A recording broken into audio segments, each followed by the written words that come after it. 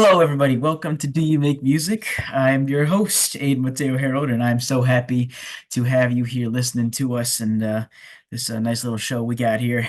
So today I'm here with Mr. Gabriel Marks, and he's going to be telling me a little bit about his time in music and his role as a DJ. So you want to say hi? Yeah, hi everyone. Like Aiden just said, my name's Gabriel Marks. I'm a DJ and producer, and I go to Penn State. I'm a junior there. Outside of music, I study business, and I'm going to minor in international business. And I'm really excited to be on the show. I'm really excited to have you, man, because I'll tell you this much. A little personal backstory on me. My first time really discovering music for myself was actually techno and electronic and DJing. I got really big into Daft Punk in high school, and then I moved on to Justice. Do you Mhm. listen to Justice at all? A little bit, a little bit. I think I'm I I'm just. wearing my Justice shirt right now as a Oh, that's awesome. as a for the occasion. But Yeah. that's that's what um that's what got me basically into having my own taste in music, and I just expanded from there, and now I got this show going. So really quickly, I'm curious, what drew you to the genre? So I think really how it started for me, how I got into electronic dance music was really just exposure, I think, from a young age. I remember that when I was in, fourth or fifth grade after school, I'd go hang out with my friends and we'd go to their houses and they all had family laptops or family computers. And I just remember we'd look up crazy music videos from what was it, like 2010, 2009. And I remember just watching like Swedish House Mafia videos from back then, and we would just really explore like anything we could find. And I just remember listening to music, not knowing anything, just really looking at the video and thinking, wow, this is so cool. Um, Pretty much after that, I didn't really do a lot of music exploration. I started listening to way more music when I got a phone, obviously, in middle school. My friend told me what Spotify was, he showed me what SoundCloud was. After that, I really just started listening to rap. But when I really started getting into electronic dance music was actually when my brother went to Penn State. He went to Penn State when I was in 10th grade. When I was entering sophomore year of high school, he was entering freshman year of college. And I just remember every break he would come back. And at this time, my playlists were just strictly rap, just really, really mainstream. But I just remember my brother would come back from Penn State with all these different songs of just EDM and house music. And I just remember anytime he'd be driving me anywhere, lacrosse practice, he would play all these songs. And I just remember listening to them and being like, wow, this is awesome. I love this sound. Like, I love what this is. Like, I didn't know anything about it, but I loved it. And every time he'd come back, he just showed me more and more and more. And eventually, I just decided to make a playlist for myself, like my first electronic dance music playlist, and explore. Really, it was really all on SoundCloud. I like that's the most vivid. I mean, I still use SoundCloud extensively, exclusively for EDM, honestly. Um, and I just remember, 11th grade, I just started to build a playlist of all sorts of electronic music. It was, house, not techno yet. It was really house, dubstep, kind of trap, all that stuff. And then towards, 11th and 12th grade, I think my taste veered off a little bit into way more house music. I just remember listening to house a lot more and being like, I love this. I can, it makes me feel good anytime I hear that, just that steady beat, the way it makes me feel and the way it kind of just like picks me up from wherever I'm at in my day, and it just automatically makes it better. It was so addictive, and I just kept chasing that feeling, and I'm so glad I did because it really got me to where I am today. So really quickly then, if I can ask, would you be able to, for our people back home who aren't really familiar with their electronic terms, in all the different areas of techno and whatnot, Yeah. EDM, I should say, Yeah. how does house differ from from techno or from dubstep or from those other sort of Sure. subgenres?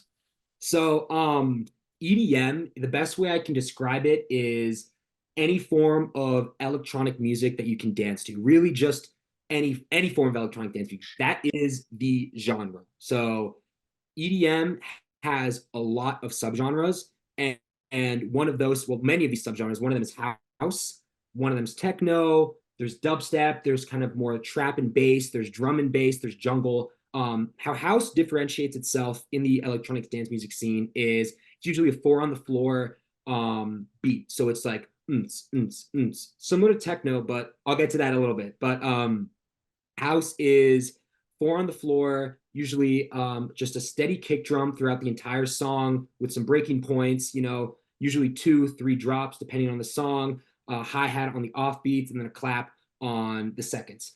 And really, house is, I think what makes it so unique is kind of the amount of grooves and samples and melodies you can find in it.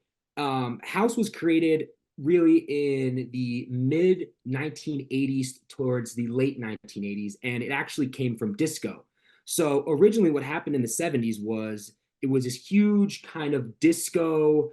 It was the golden age of disco, really. That was the 70s. Yeah. But towards the end of the 70s, there was a lot of resentment towards disco. People really did not like the scene, and part of that was because the scene was very diverse. There were, in a disco club, you could find every race, every sexuality. It was really a awesome place to be in the 70s. But obviously, in the 70s, not the entire country was not on board with diversity and inclusion like we are today. And there was really some backlash towards disco. And I think what happened with disco was, or I should say, there was a death of disco towards the late 70s. Major And death. exactly. And a lot of genres kind of took the disco sound, and what they did was they remixed disco records with harder kicks like house, harder kicks with more melodic elements. And this sound was really pushed underground because no one really was listening to disco. It was really an underground movement that started in the gay and black clubs of Chicago. And from there, this sound just kind of evolved, and kept changing. And it was really the precursor to the modern house, the tech house that you hear today. The deep house, a little like the Afro house. That was really the precursor, the kind of 80s, mid 80s, late 80s sound, the classic house sound that was sprung up all over Chicago. New York, especially, was a huge hub for all these types of records being made. Detroit, And right? Detroit, yes, Detroit was also a that was more of the techno scene. Techno Gotcha, was gotcha. pioneered in Detroit. It was partially because of the kind of influence the city had from the automotive industry being there. Actually, it was just a completely different city than New York and Chicago. So the sound that came out of there was a little grittier. It was a little darker, and that's honestly Mhm. what differentiates techno and house. When I Mhm. think of house, I think of very, very happy, uplifting, huge in the lyrics. There's so much energy about positivity and love and coming together and being one. And that's part of the reason why I love house, because it really preaches this idea that, when everyone's on the dance floor, when everyone's out there dancing, everyone's one, everyone's together. There's no division. Everyone's having a great time dancing together. Um, the kind of, I guess, the house's cousin that's a little darker, a little deeper, a little grittier. I love techno as well. That was started in Detroit, and it really draws in kind of less of the natural sounds, like piano, and it really draws away from like the natural instruments and gets more into like almost like a very, I want to say artificial, but that kind of sounds like it's really, how do you make music with some of the most interesting sounds you can find, that aren't. Yeah. It's more like more electronic, or like more like edited, you know? Yes, yes, yes, exactly. And I really think that there's techno has a really special place in my heart. And I used to not like it. I used to hate techno. I used to think, oh, like who would ever listen to this? Like I really didn't understand it. It took some time of me, listening to it. But now, just being able to understand that someone has created these sounds that you hear in these techno songs from complete scratch. These sounds were developed, they were programmed. And to have that amount of talent that some of these artists have or had, it is astounding. And now that I'm becoming a producer and DJing more, it really makes you appreciate how talented these people really are. Mm, mm. And then speaking of which, do you want to tell us a little bit about so you've told us about the genre that you're trying to fall into. Why don't you tell us a little bit more about your music in particular? How would you Sure, describe it to people who sure. don't know, or yeah, what to expect going into that, you know? So right now, I am DJing more than I'm producing. So I'm in Madrid right now, and I have one gig lined up in Barcelona, and I'm figuring out one other gig that I'll keep that a mystery, but it's in the works. It's in the works. And right now, what I'm DJing is mostly trance and techno and a little bit of house, depending on the venue. At State College, it's really different because um, not a lot of people are tapped into that kind of sound, and that's completely okay. You know what I mean? It took me a while to get into all that different stuff, but production wise, I'm really looking to work on some trance records. I'm actually working Mm, on one right now that samples S12's DJs Take Control. Um, I'm trying to rework that a little bit, get a harder kick in there, make it less of like a breakbeat type two-step song, and really make it more of like a deep trance kind of throwback record. Less deep, more like danceable trance, I think is the best way to put it. And that's definitely the type of records that I'm looking to produce in the future.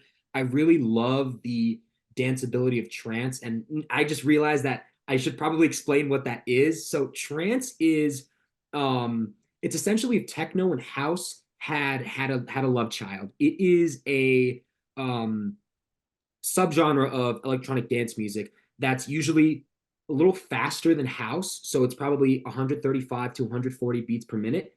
But it's not really as dark and gritty as techno. It's really mm, more of like a sped up version of house that's mm. very melodic, usually incorporates a lot of piano, a lot of deep bass grooves. The kick drum is not too big, so it's not like that huge pounding kick drum that you might be used to in Yeah.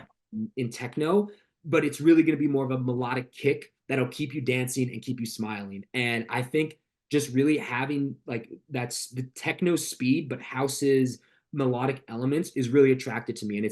And those are the kind of records that I'm looking to produce and I'm looking to make in the future. Mm, mm. And then really quickly, do you want to tell people a little bit about how I saw on your Instagram that you're going to be doing a performance in Madrid on Valentine's Day. How did you what was the process of that kind of like, and what are you going to try to bring to that? Yeah, so this was actually a really unique gig to for me to get. So back in State College, DJ'd Stage West a bunch of times, and they had an event there with this company called First Gen. And First Gen is an international events company. And my manager actually has been working with them for the past 6 months.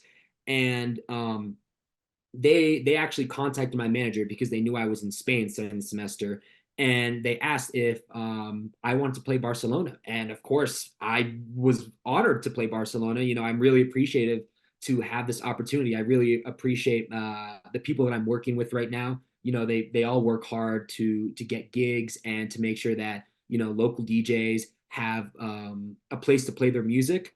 Um, so yeah, my manager actually set that up with the company he's working with, and I'm just really excited for this gig. Barcelona, I've heard, is a super, super unique place for music. You'll find in any club you go there, you will find house, techno, garage, trance. It is going to be a super exciting gig. I'm organizing my playlist right now, and from what it's looking like, it's going to be mostly a little bit of deep house, then maybe some trance, and then maybe techno. I'm kind of looking for the I'm looking to stand out because they're going to be 12 DJs. It's a 2-floor venue, so I want to make sure that I bring records that I know people are going to like, but I know that no one else is spinning, Mm, and that's kind of the hard part as a DJ because I could get the most kind of I guess mainstream playlists and just plug them into my USB. But the problem is what happens when I go there and I listen to all the other DJs spinning these really great songs before me, and then it's like, oof, then I'm out of a lot of material. So the challenge is finding a good middle ground between things you know people are gonna like, but you probably know that they haven't heard. I think that's really what I'm trying to do. Hmm, hmm. And then, actually, why don't we talk a little bit about that a little more? Well, I know that's a real process for a lot of other DJs, kind of melding that whole like, how do I balance my own taste with like what's gonna appeal to like people, but then like what's gonna get them on the dance floor, but then also like what's gonna get them like cheering on or like all on the same beat, the same time. Is there like there can't be like a formula for it or something, but is there like a system that you have personally kind of used or something akin to it to feel that out for the sake of your set? Yeah. So for me, it really just starts, I guess, with for me, my system that I like to do is I always like to come prepared with more songs than I know I'm going to need. So on my USB and on my the software I use is Rekordbox. It's Pioneer DJ's software. So this software is really easy to use for organizing playlists and organizing music. And I think that my formula right now it's relatively simple. I come with stuff that I know people haven't heard, stuff that I know people can scream every word to, stuff that I think maybe 50% of the people know, and stuff that I kind of just like, and maybe I'll throw one or two songs in there. Um, and really, it starts with knowing your audience. So at this venue that I'm going to, the venue is called Auto Zoots, and I know that this is going to be a heavy, heavy. And it's going to be an abroad community event. So I know that a bunch of people, like the majority of people there, are going to be abroad students, and that honestly makes my job a lot easier, because I know most of them probably just go to the same colleges as me, have the same club experiences as me, same fraternity experiences as me, bars, whatever that may be. But really, I just come with songs that it's a wide variety for me. And I organize them by playlist. So I really have kind of like, I have like under the playlist, it'll be really like intro, build up, peak, and then kind of more like afters. And then under those kind of categories, I'll have subcategories about what's the word I'm looking for? How recognizable a song is. That there. Hmm. Yeah, Hmm. exactly. And that's really how I divide my playlists. So I make sure I can really take any crowd and read it, and then find my sound to be able to manipulate that crowd and keep them entertained and locked in at all times. It's really important to just come prepared and make sure you can play anything, because I this has happened to me a few times. I've dropped some records where I've been like, oh yeah, everyone's gonna know this, and then no one knew it. And Hmm. it didn't really it wasn't the worst thing in the world, because I just picked them back up with the next few songs that I knew people were going to know. But you always just have to come prepared, because every crowd's going to be different, Hmm. and who knows, sometimes you just get them really really hooked on songs they've never heard, and they love it. Yeah.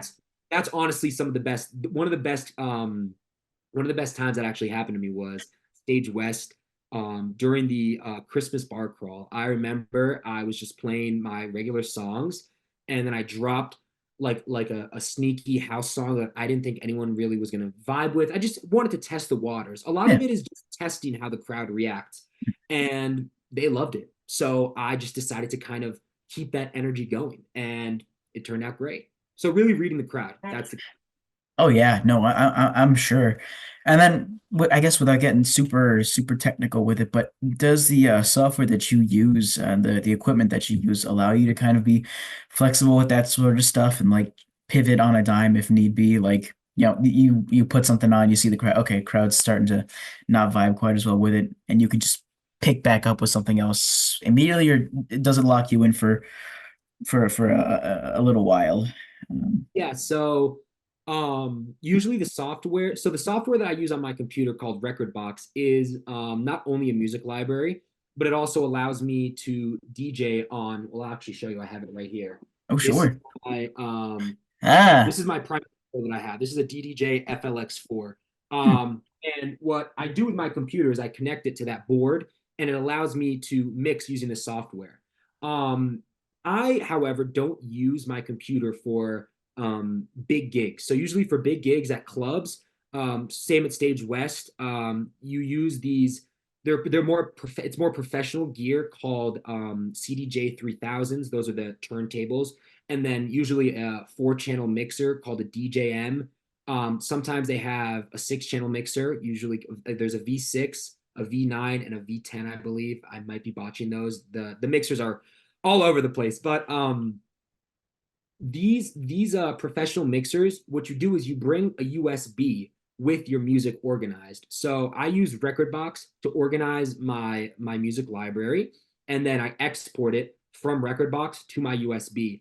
Um, in terms of technical mixing, if I play a song and I let the beat drop and I can tell people aren't really into it and I really want to get out of there quick, I can usually pull out, a quick transition and, make it so we just get that song out of the way relatively quickly. Sometimes it's a little harder because not every song is easy to mix in and out of. But usually, if you just get kind of a popular vocal that everyone knows, and you try and mix it into something that maybe not a lot of people know, then it just kind of hooks the crowd back in, and you can transition smoothly out, no problem. So it really varies from song to song, but it's Hmm. usually no issue for me. And then on the final note of like talking like crowd work and whatnot, how much of your job is working the crowds to music, and then how much of it is you using your voice as well? Because I know some DJs, they can be pretty vocal about getting the crowd on the floor, telling them what to do. And with others, it's more of like a just put the music on, people come if they come, or I'll draw them in with the music.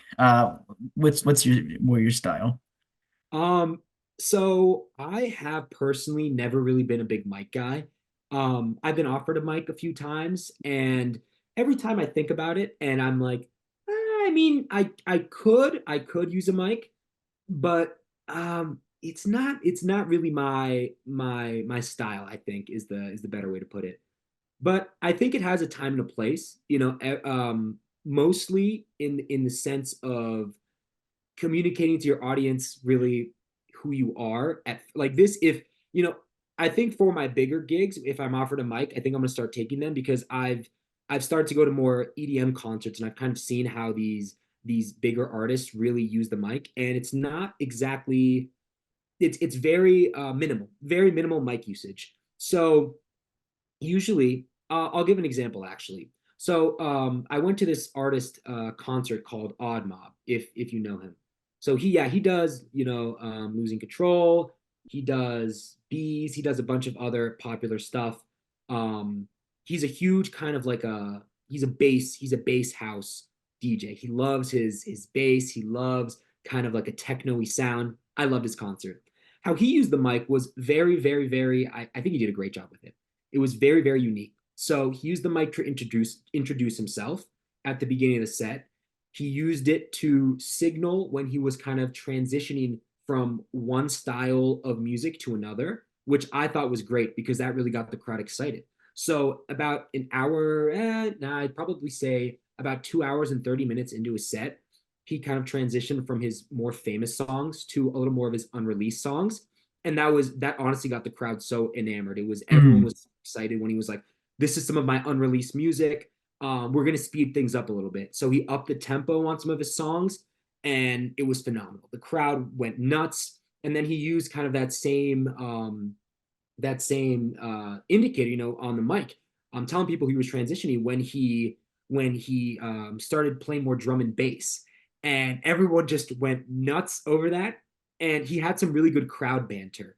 So whenever he was kind of like about to play like a really great song, he would drop like a nice little one liner that he just knew people were going to eat up, and it was great. He wasn't telling people to put their hands in the air. He wasn't saying 3 2 1 jump. It wasn't like that. It was very very very well done and Mm. classy. It was classy mic usage, and then towards the end he obviously thanked the crowd and thanked the closers, and he said he was going to DJ with the closers for 10 minutes, and that got everyone hyped. And then he got off stage and let the closers take it from there. So I think his style of mic usage, minimal, classy, and right to the point, is the style that I'm looking to really to have for myself. It's a great style in my opinion. Nice, nice. Thank you. That's really interesting to hear then. Yeah, yeah, I can definitely see how using it in that respect would be very be a smart idea to do. Really quickly then, before I take us into sort of our final-ish segment, we got another segment coming on where I get to ask you some of my fun questions. This is gutter balls. Gutter balls, gutter balls. Some interviews have curveballs, some interviews have hard balls. These are the gutter ball questions, so temper your expectations. These are questions sourced from the good crowd from my Instagram who follow my story, right? At Ayden's Portfolio on Instagram. Oh, wow, I can't talk. On Instagram. And this is just the best that the public has to offer you. This is what the people are dying to know. So here are the important questions, all Awesome, right? awesome. Oh, okay. Here's our first one. So I like this one. I don't know if you're into football at all, but somebody here's asking, who are you rooting for this Sunday at the Super Bowl? All If right, you that care. no, no, no. I do care. I do care. I'm definitely rooting for the oh my god, how am I for the 49ers? Oh my god, I almost forgot Mm. their name. I was like Brock Purdy, I was thinking about the players, and then It's like red and oh white. god, I do not want the Chiefs to win. I'm a Chiefs hater. I'm so anti-Chiefs. I'm anti Taylor Swift fan boat. I'm just like Chiefs are just I'm done with them. I'm done You, with them being in the spotlight. We need a switch, and I think the 49ers are gonna put up some good numbers against them and come out with the victory. you don't want to see a proposal with the Super Bowl ring. I hope not. I hope I don't see that. No, I got you. I got you. No, let's. Oh my goodness. 49ers. 49ers. I'm rooting for them. At this point, yeah, I think maybe they might 49ers might just be the way to go, honestly. Yeah, okay, so our second question here. Oh, okay. Here's an interesting one. I'll give you a second to think about it. But somebody here is asking, what is the most overrated experience in your life? So I think that was phrased kind of weirdly, but I think what they're asking is like, what's something that was like really hyped up and then you Mhm. experienced it and it was like, oh, what? That's it. So I'll give you a second. I got something that just came to the brain Oh, right sure. away. This is probably gonna upset some people, definitely. But I went to a James Hype concert over summer break last summer, and I don't know. I don't get me wrong. I really like the concert, and I think he plays great records. I spin a lot of his records a lot. I play a lot of his songs in my set. They're great songs. He's a great producer. But I think in comparison to his other sets, his DC one just was not I was expecting a lot from him because I watch a lot of his sets, I get a lot of inspiration from him. I can't mix like him yet. He's a phenomenal mixer. He works the decks unlike anyone I've ever seen. But I think that concert just didn't live up to the hype, if you'll excuse Mm. the pun.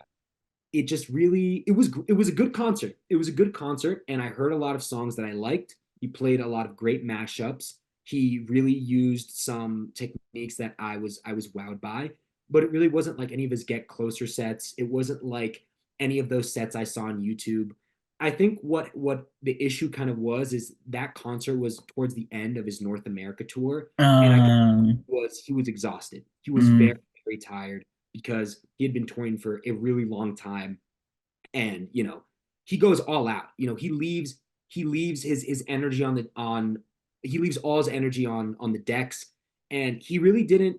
It wasn't really like he was doing his thing. Don't get me wrong, but he didn't have that same. He didn't even thank the crowd. He just walked off, and that I think after seeing that, I was like, ooh, not really kind of what I wanted to see. And I watched his vlog after because he vlogs all of his shows, and it just didn't like I don't know. It wasn't what I thought it was going to be, but I mm. still enjoyed it. Overall, I enjoyed it, but it did not live up to the hype. No, I get that. I get that. It's a tough feeling to deal with because you come away and you're just like, oh, I got what I wanted, but like I didn't quite get what I It wanted. didn't scratch the itch. It didn't scratch Yeah. the itch. Yeah. Okay. And then our last one here. This one's a little simple, but I do think it's a little interesting. Somebody here is asking least favorite color. Least favorite color. I think this one's actually kind of interesting because everybody's always asking you like everyone always asks what's your favorite, but I think least favorite colors can also be revealing, you know? That's actually a good question. I haven't really thought of that before. Um, my least favorite color. Okay, Like if I'm I thinking have, like something you look at and you're like maybe if you saw like a car in this color, you'd be like, ooh, or like ah, you see a wall in this color, like in someone's house, and you're like, what? yeah. Why? You know? Um, I I love colorful things, so this is automatically just a hard question.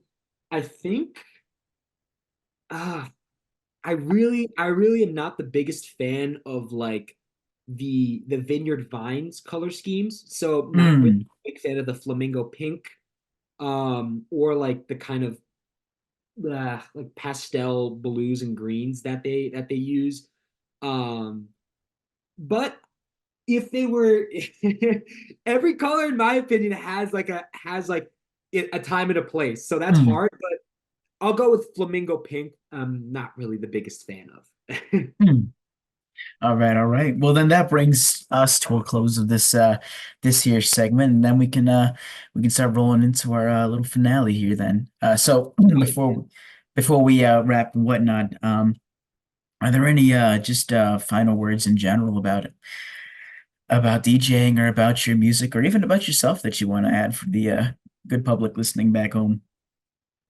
um, I think just if you if you've got one or two house techno or really any EDM songs on a playlist and you're listening to them and you love them and you just haven't taken the time to explore any of the other songs that are in the genre you like, I think really, take some time to dive down the rabbit hole that is electronic dance music. Some of really the best memories I've ever had have just been showing my friend a song, that I found that day, maybe in like marketing or in BA 342, and just being like, can't wait to show my friend this song. I know we're both gonna have the best time listening to it. And I'd go back home, my roommate, I'd be like, hey man, you gotta see this song. We'd play it on the speaker, he'd give me the look, we'd blast it, and we just like instantly have a dance party. I really think that for the people that haven't given EDM a chance, I think really now is the time to do it. It's growing every day. Every day more people get into it. Every day more artists emerge from it. We've seen with Fred again and John Summit, it's only growing.